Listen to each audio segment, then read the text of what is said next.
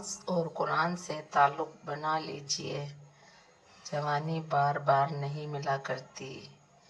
بینائی کی انتہا یہ ہے کہ آدمی خود کو پہچان لے۔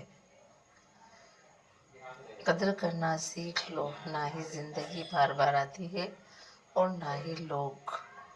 بہت بڑا دشمن اس کا غصہ ہے۔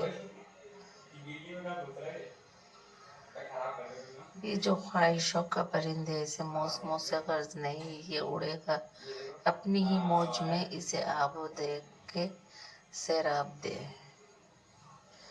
نا امید مت ہونا کبھی اللہ کی رحمت سے، وہ چاہے تو کھلا دیتا ہے پھول صحرا میں۔ یہ الفاظ بھی کتنا حوصلہ دیتے ہیں، جو ہوا اس میں اللہ کی کوئی نہ کوئی بہتری ضرور ہوگی۔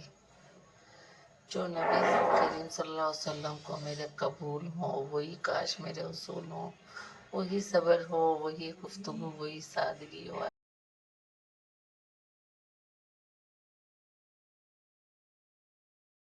دعا کی قبولیت آواز کی بلندی سے زیادہ دل کی تڑپ کا تقاضا کرتی ہے، کیونکہ دعا صرف الفاظ کا مجموعہ نہیں بلکہ روح کی طلب اور کیفیت کا نام ہے۔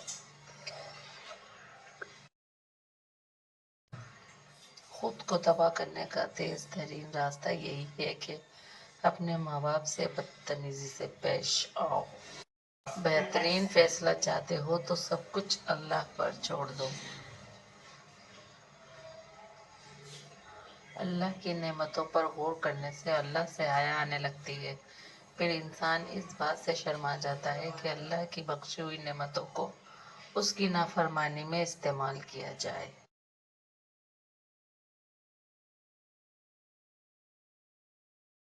اپنے دل کو مضبوط بناؤ اور اللہ پر یقین رکھو، وہ تمہاری ہر مشکل آسان کر دے گا۔